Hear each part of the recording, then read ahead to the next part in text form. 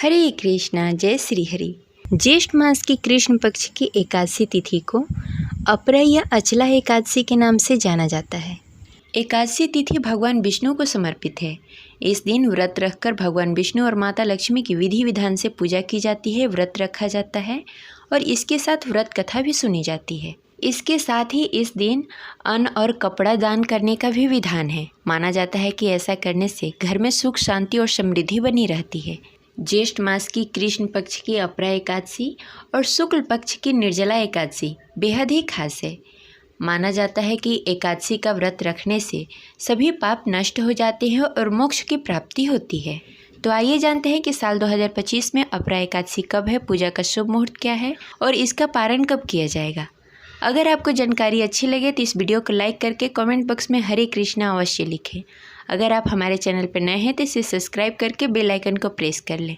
हमारे चैनल पर व्रत कथा भी सुनाई जाती है तो उसका आनंद अवश्य उठाएं। हिंदू पंचांग के अनुसार साल 2025 में अपरा एकादशी का प्रारंभ 22 मई 2025 देर रात्रि 1:12 पर होगा और इसका समापन 23 मई 2025 को रात्रि 10:29 पर होगा। उदय तिथि को मानते हुए 23 मई दिन शुक्रवार को अपरा एकादशी व्रत रखा जाएगा और इसका पारण 24 मई दिन शनिवार को सुबह 5:26 से 8:11 के बीच में आप कर सकते हैं। अब चलिए जानते हैं अपरा एकादशी के महत्व के बारे में। अपरा शब्द का अर्थ होता है असीमित, यानी कि अपरा एकादशी व्रत करने वाले लोगों को असीमित धन और सुख की प्राप्ति होती है। इसी कारण से इसे अपरा एकादशी कहा जाता है। इतना ही नहीं, अपरा एकादशी को असीमित लाभ देने वाली एकादशी भी कहा जाता है। अपरा एकादशी समस्त पापों से मुक्ति दिलाने वाली एकादशियों में से एक मानी जाती है।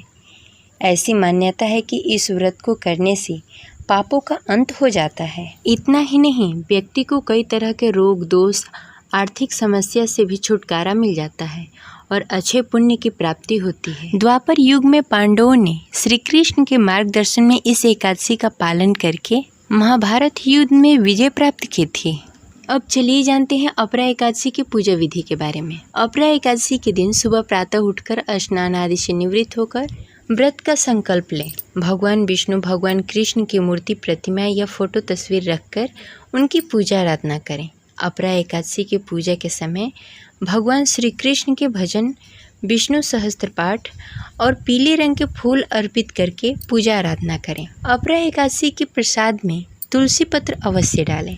भगवान विष्णु को तुलसी जी अति प्रिय हैं, इसलिए उनके भोग में तुलसी पत्र और उनके जल में तुलसी पत्र अवश्य डालें। प्रसाद के रूप में आप फल, नारियल, पंचामृत अर्पित कर सकते हैं और धूप दीप नैवेद्य से भगवान विष्णु की पूजा आराधना करें।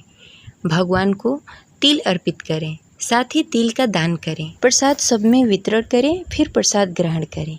संध्या के समय तुलसी जी के सामने घी का दीपक अवश्य जलाएं। ऐसा करने से भगवान विष्णु अति शीघ्र प्रसन्न होते हैं। ये रही आज की जानकारी। आशा करते हैं आपको अच्छी लगी होगी। तो इस वीडियो को लाइक करके कमेंट बॉक्स में हरे कृष्णा अवश्य लिखिए। मिलते हैं अगले वीडियो में, तब तक के लिए हरे कृष्णा।